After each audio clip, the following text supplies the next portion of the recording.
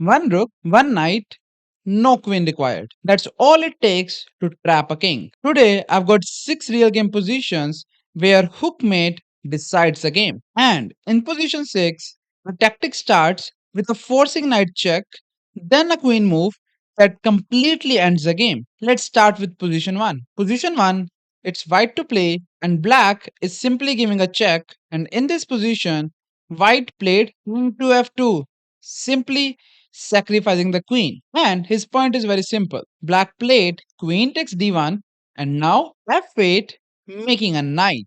Not a queen, not a rook, a knight. At first, this looks strange because most players would automatically promote to a queen.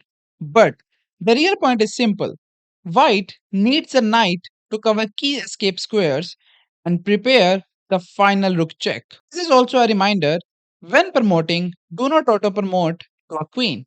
Sometimes the knight is the only piece that creates the mating net. Black played king g8, and now white continued the game with knight g6, simple discover check. After king f7, white finishes with rook to f8. That is hookmate. The rook gives the check, the knight protects the rook, the black king has no escape, and obviously thanks to the black pawn on g7. This came from Frank James Marshall versus William from Brooklyn Championship in New York 1898. Marshall was one of the most dangerous attacking players of his time, and this finish shows exactly why. This is the pattern we are studying today. Hello everyone, I'm Aniket, an Arena International Master, and this is Chess Tactics episode 22. Today's pattern is hookmate. It's a checkmate pattern when a rook gives a final check while a knight protects the rook and helps cover the king's escape squares. The key lesson is simple. Don't only look for queen checks. Sometimes the rook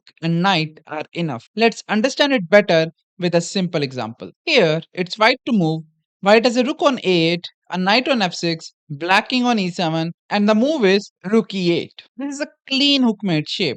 The rook is the checking piece, the knight is the supporting piece, the king is already trapped by coordination. Now the pattern is clear. If you enjoy practical chess tactics, subscribe to the channel. Now let's press the same idea in 5 more real game positions. Position 2, it's white to play. This is one of the cleanest real game examples in the episode. Black has just captured on b3, and it looks like black may be winning material.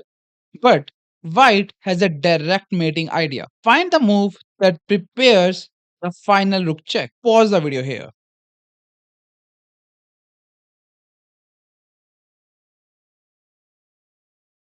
This came from Vladimir Savon versus Lev Polugaevsky from Leningrad 1971. Here, the move is king to g3. This is not check, but it is the key move. White calmly moves the king away and prepares the final mating net.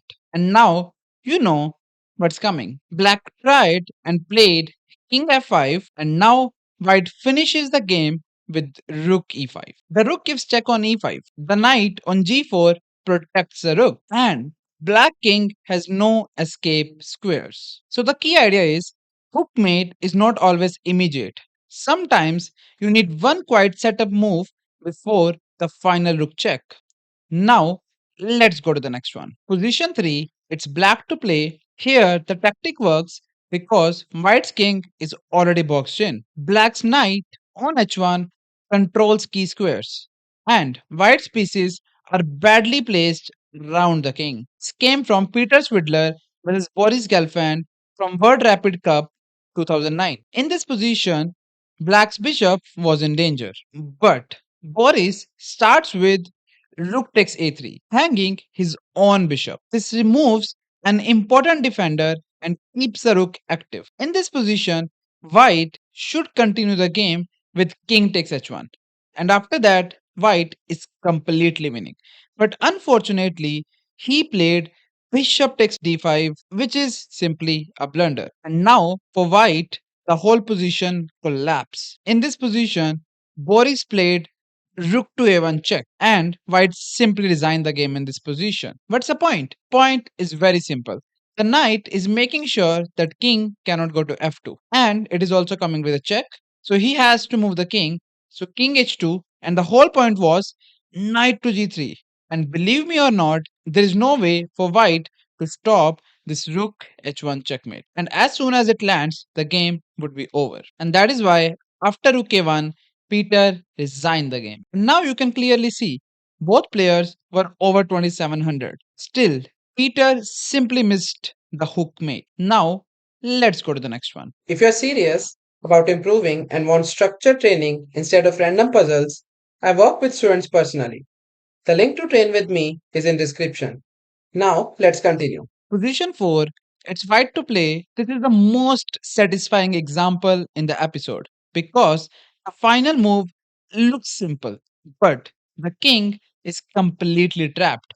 This came from Vassily Ivanchuk versus Levon Aronian from Beijing 2013. Black has just played a blunder, which is bishop takes c4, and now Ivanchuk is completely winning.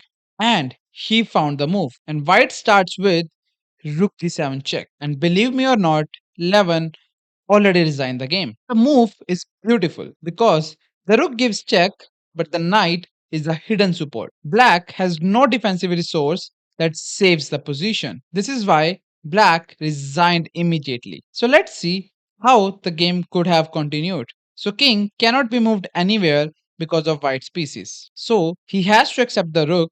So bishop takes g7, then rook takes g7 check again, and now after rook g6, there's a rook takes d6, which will simply lead to checkmate with the hook mate. The lesson is simple. Now, let's go to the next one. Position 5, it's white to play. This one is harder because the first move is not the final hook mate. White first has to force the black king into the correct shape, find the move that starts the mating attack.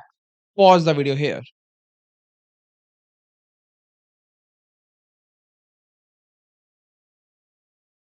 This came from Capablanca versus Campos from Simel 1927. The move is rook h3 check. White starts with a rook check. Black played king g8, the only option possible. Now comes the key sacrifice, and that is knight to f6. This works because the knight removes an important defender and joins the attack. If g takes f6 happens, then there's a bishop takes f6, and now, believe me or not, but there's no defense against rook h8 checkmate. So that is why in the game, after knight take f6, he tried king f8, hoping to save somehow, but now white continues with rook h8 check, king e7, only option. White finishes the game with rook e8 check. Yes, brilliant move, sacrificing the rook. Here, white resigned the game. Point is, if rook takes e8 happen, which is a forced move, and there's a checkmate coming on d7. The same idea. The bishop protecting the knight, knight protecting the rook giving a check, and game over. Notice the difference from the earlier examples. Here, the hookmate idea does not appear in one move. White first uses forcing checks to drag the king into danger, then the rook and knight coordinate. That's why this position belongs near the end. Practical lesson. Do not only look for the final mate, look for forcing checks that move the king into the hook pattern. Now, let's go to the final position. Final position, it's white to play.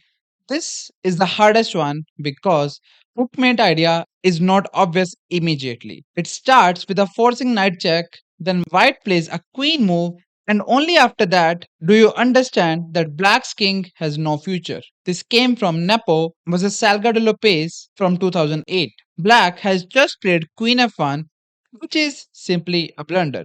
Now Ian starts the game with knight c6 check, and now you can see pawn defending the knight, and now somehow you just need a rook either on b8 or on d8 or on a7, and the game would be easy checkmate. Now let's see how Ian won the game. So black replied with king b7, and the whole point was queen takes c8 check. Yes, sacrificing the queen because you do not need queen to win the game. White removes the defender and keeps the attack going. Black resigned. The point is not just that white wins material.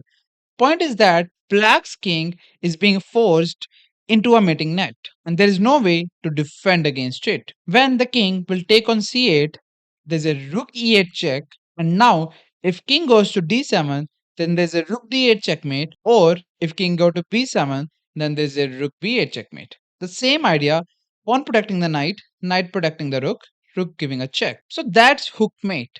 Don't ignore the pattern. Queen may not be needed.